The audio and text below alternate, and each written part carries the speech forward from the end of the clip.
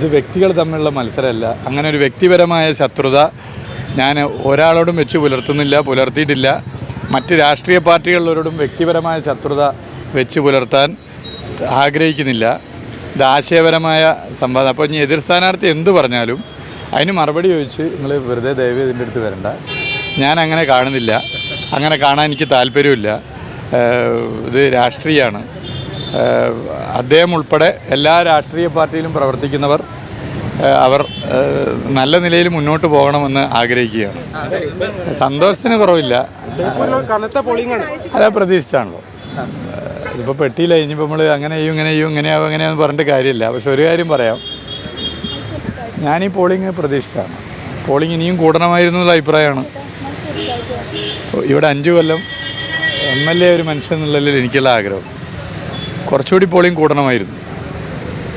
2021 നല്ല പോളിംഗ് ഉണ്ടായിരുന്ന മണ്ഡലമാണ്. 2026 SIR നിങ്ങൾക്കൊക്കെ അറിയാം, പട്ടിക ക്ലീനാക്കി. സ്വാഭാവികമായിട്ടും പേഴ്സൻറ്റേജ് വർദ്ധിക്കും.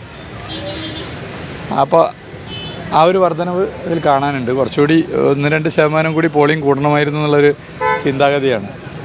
100% പോളിംഗ് ഉണ്ടാകണമെന്ന് ആഗ്രഹിക്കുന്നയാളാണ്. 100% പേരും ഇവിടെ വോട്ട് ചെയ്താൽ അതിനനുസരിച്ച് ഗുണം കിട്ടും എന്ന് കരുതുന്നയാളാണ്. ഞാൻ തുടക്കത്തിലേ പറഞ്ഞു, അതിൽ ഉറച്ചു നിൽക്കുകയാണ്. 2021 ബേപ്പൂർ നിയോജക മണ്ഡലം ഉണ്ടായതിന് ശേഷം ഏതെങ്കിലും ഒരു മുന്നണിക്ക് ടോട്ടൽ കിട്ടിയ വോട്ട് സർവകാല റെക്കോർഡായിരുന്നു 82,000. ആ റെക്കോർഡ് മറികടക്കും.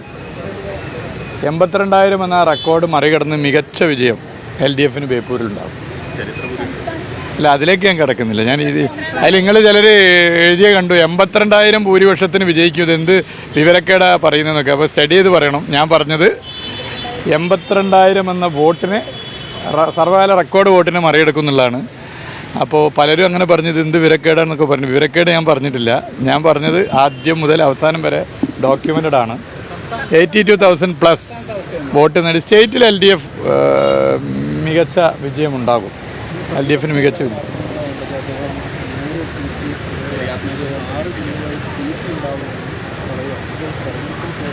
അല്ല, ഇപ്പോൾ ഒരു പ്രതിപക്ഷ നേതാവിന് പിന്നെ അങ്ങനല്ലേ പറയാൻ പറ്റൂ. കേരളത്തിൽ വോട്ട് പെട്ടിയിലാക്കിയതിന് ശേഷം ഏതെങ്കിലും ഒരു പ്രതിപക്ഷ നേതാവ് ഞങ്ങൾ തോക്കുമെന്ന് പറഞ്ഞിട്ടുണ്ടോ? പറഞ്ഞിട്ടില്ല. അപ്പോൾ വോട്ട് പെട്ടിയിലാവുന്നതിന് മുമ്പ് അതിന് ശേഷം അങ്ങനെ പറയാൻ പറ്റും. നമ്മളിപ്പോൾ അതിൽ വെറുതെ ഇനി കൂടുതൽ ചർച്ച ചെയ്തിട്ട് പെട്ടിയിലുള്ള വോട്ടല്ലേ. അതിപ്പോൾ ഇനിയിപ്പോൾ പത്രസമ്മേളനത്തിൻ്റെ എണ്ണം നോക്കിയാൽ വോട്ടിൽ മാറ്റമൊന്നും വരില്ല. LDFൻ്റെ പത്രസമ്മേളനം ഒരു 150 എണ്ണം നടന്ന്, UDFൻ്റെ ഒരു 130 എണ്ണം നടന്നില്ല. 20 എണ്ണം അധികമാണ്. അപ്പോൾ LDFന് കുറച്ചധികം വോട്ട്. അല്ല, തിരിച്ച് UDFൻ്റെ ഒരു 200 പത്രസമ്മേളനത്തിൽ വിവിധ ആളുകൾ പറഞ്ഞ് അതുകൊണ്ടൊന്നും ഇപ്പോൾ വോട്ട് മാറില്ലല്ലോ, വോട്ട് അതിൻ്റെ ഉള്ളിലുണ്ടല്ലോ. നമുക്ക് മെയ് 4 വരെ കാത്തു നിൽക്കാം. ഈ പറഞ്ഞതാണ് ശരി. ഇവിടെ 5 കൊല്ലം MLA എന്നുള്ള നിലയിൽ നടത്തിയ വികസന പ്രവർത്തനവും ജനങ്ങൾക്കൊപ്പം നിന്നതും വോട്ടായി മാറും. അത് 100% ഉറച്ച കാര്യമാണ്. ഞാൻ ഇന്നലെ 215 ബൂത്തുകളിൽ 153 ബൂത്തുകളിൽ നേരിട്ട് പോയ വ്യക്തിയാണ്. അത് വെച്ച് തന്നെ ഞാൻ പറയുന്നത്, ഒരു സംശയം ആർക്കും വേണ്ടതില്ല. പിന്നെ ഇനി എതിർ സ്ഥാനാർത്ഥി ഇങ്ങനെ പറഞ്ഞു, മറ്റേ ഇങ്ങനെ പറഞ്ഞു, എതിർ സ്ഥാനാർത്ഥി ഇങ്ങനെ ആഞ്ഞടിച്ചു എന്ന് ചോദിച്ചാൽ ആരും എൻ്റെ അടുത്ത് ചോദിക്കാൻ വരരുത്. ഇത് വ്യക്തികൾ തമ്മിലുള്ള മത്സരമല്ല. അങ്ങനെ ഒരു വ്യക്തിപരമായ ശത്രുത ഞാൻ ഒരാളോടും വെച്ച് പുലർത്തിയിട്ടില്ല. മറ്റ് രാഷ്ട്രീയ പാർട്ടികളിലോടും വ്യക്തിപരമായ ശത്രുത വെച്ച് പുലർത്താൻ ആഗ്രഹിക്കുന്നില്ല. ഇത് ആശയപരമായ സംവാദം. അപ്പോൾ ഇനി എതിർ സ്ഥാനാർത്ഥി എന്ത് പറഞ്ഞാലും അതിന് മറുപടി ചോദിച്ച് നിങ്ങൾ വെറുതെ ദയവ് ഇതിൻ്റെ അടുത്ത് വരണ്ട. ഞാൻ അങ്ങനെ കാണുന്നില്ല, അങ്ങനെ കാണാൻ എനിക്ക് താല്പര്യമില്ല. ഇത് രാഷ്ട്രീയമാണ്. അദ്ദേഹം ഉൾപ്പെടെ എല്ലാ രാഷ്ട്രീയ പാർട്ടിയിലും പ്രവർത്തിക്കുന്നവർ അവർ നല്ല നിലയിൽ മുന്നോട്ട് പോകണമെന്ന് ആഗ്രഹിക്കുകയാണ്. അതിൻ്റെ അപ്പുറത്ത് എനിക്കൊന്ന് ഈ ന്യൂനപക്ഷ വോട്ടുകളുടെ ഒരു ഏകീകരണം ഉണ്ടായിട്ടുണ്ട്, പ്രത്യേകിച്ച് പേരാമ്പ്ര, കുറ്റ്യാടി, നാദാപുരം പോലുള്ള ഇടങ്ങളിൽ. ഇനിയിപ്പോൾ അതൊക്കെ നമുക്ക് വോട്ട് എണ്ണീറ്റ് പറയാം.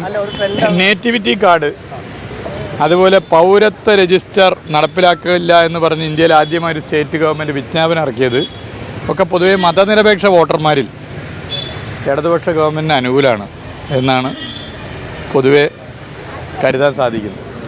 പോളിംഗ് കൂടിയത് മൂന്നാം തവണയും പിണറായി സർക്കാർ അധികാരത്തിൽ വരുന്നതിന്റെ സൂചനയായിട്ടാണല്ലേ കാണുന്നത്? അല്ല, LDF സർക്കാർ തീർച്ചയായും അധികാരത്തിൽ വരും എന്ന് തന്നെയാണ് കരുതുന്നത്. പിണറായി സർക്കാർ ഞാൻ ഈ 10 കൊല്ലം എപ്പോഴെങ്കിലും 10 കൊല്ലം 2016 മുതൽ എപ്പോഴെങ്കിലും എൻ്റെ പല ബൈറ്റുകളെടുത്താണ് ഞാൻ എങ്ങനെയാണ് അതിനെ അഭിസംബോധന ചെയ്തതെന്ന് നിങ്ങൾക്ക് പരിശോധിക്കും.